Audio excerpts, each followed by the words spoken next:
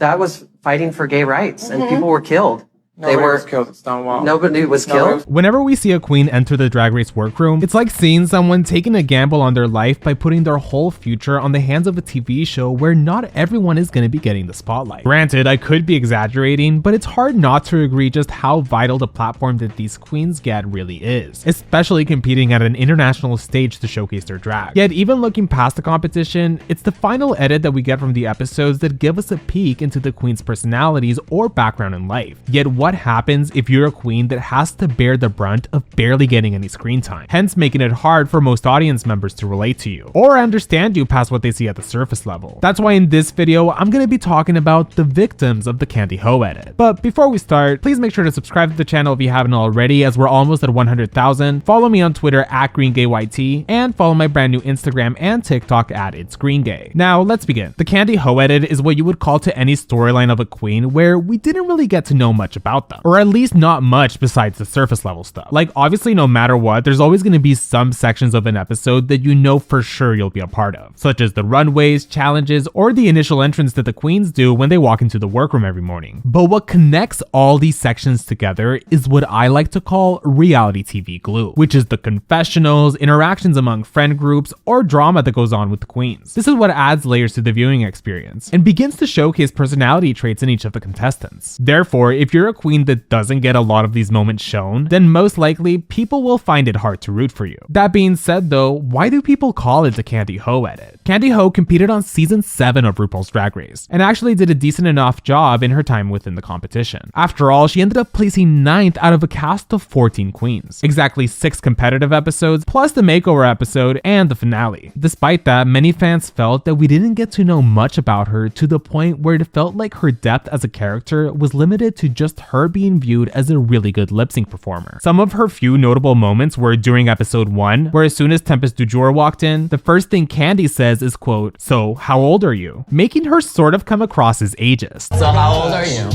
Oh! How old am I? How old? Really?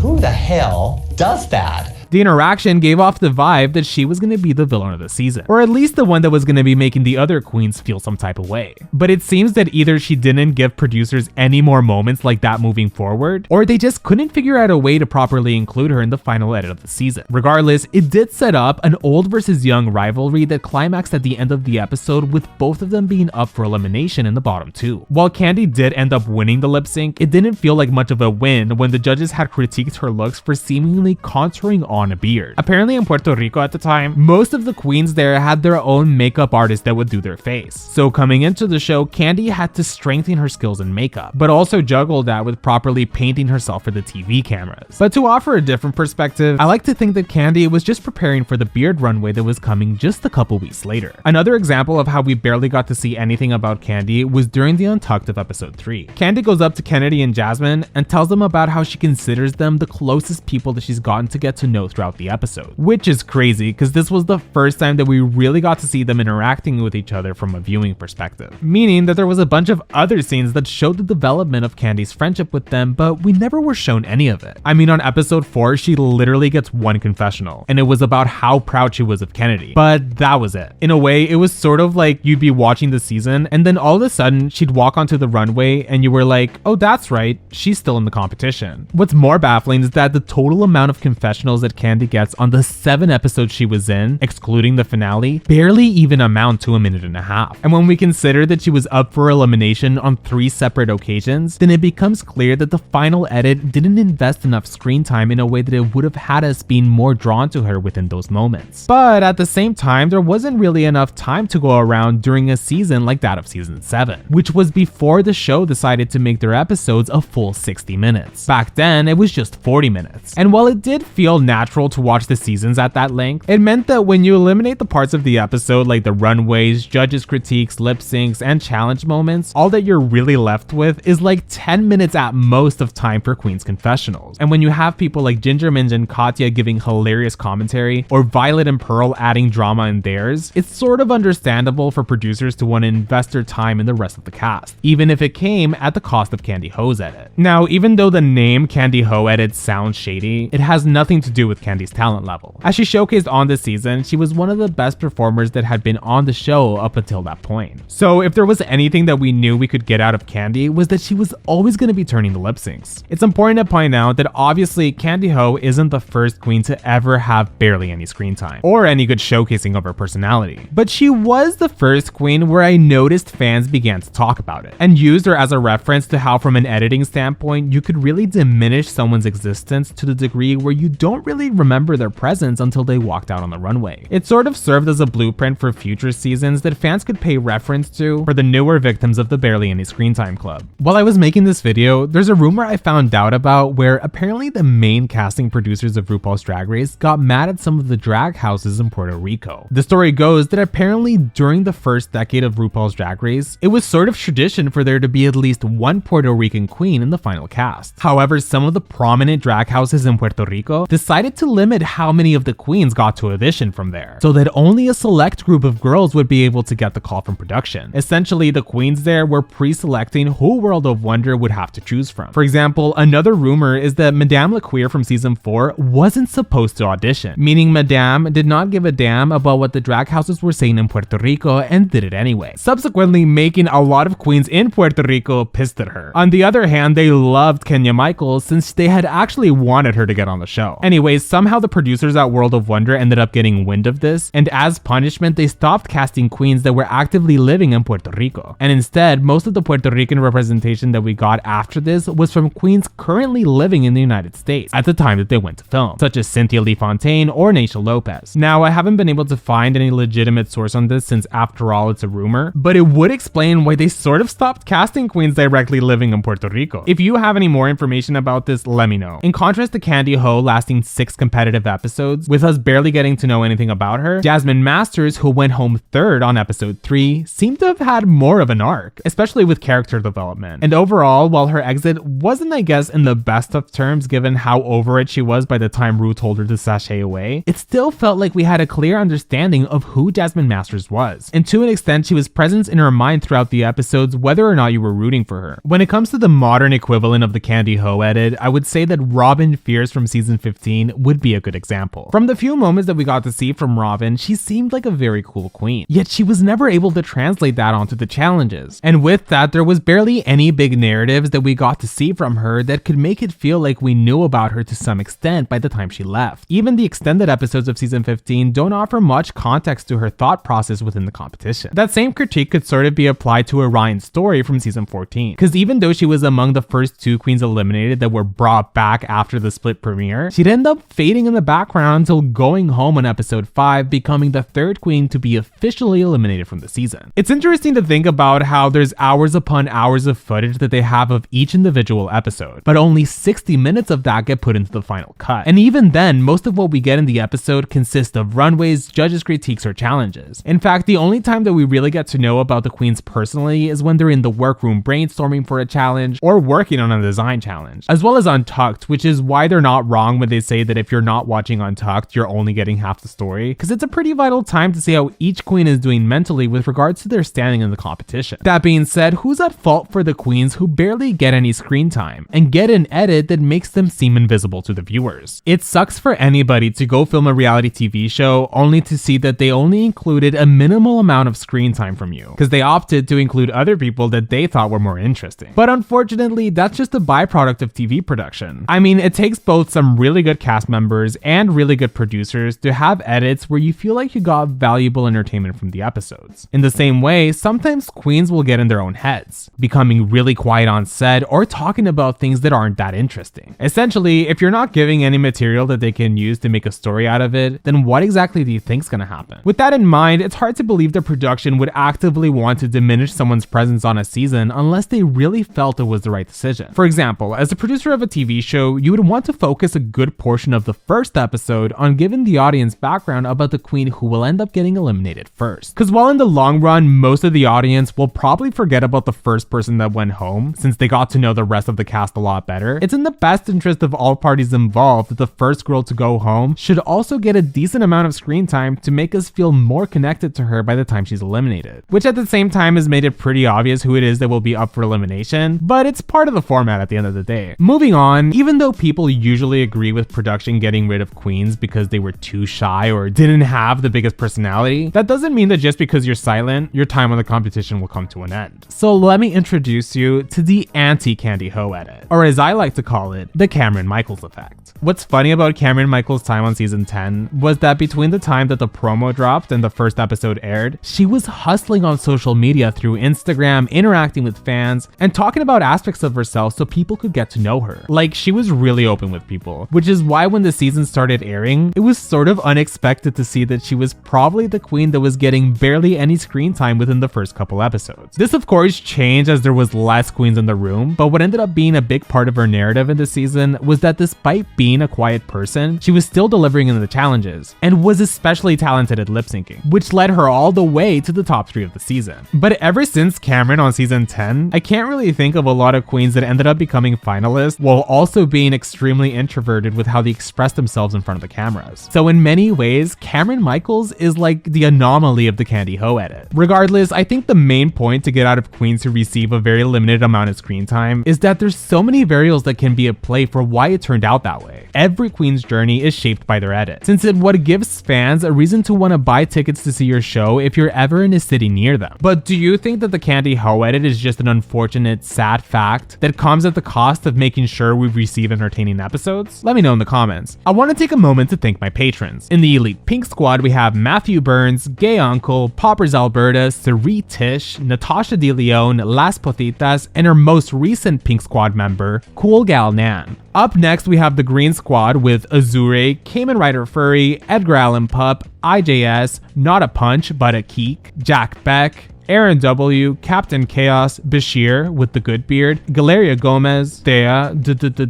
and Sarah G. If you'd like to see your name on the screen, you can support me on Patreon. The link will be in the description. Thank you guys so much for watching this video. Please make sure to subscribe to the channel if you haven't already, as we're almost at 100,000. Like this video and comment below what you thought about it. And I'll see you guys next time.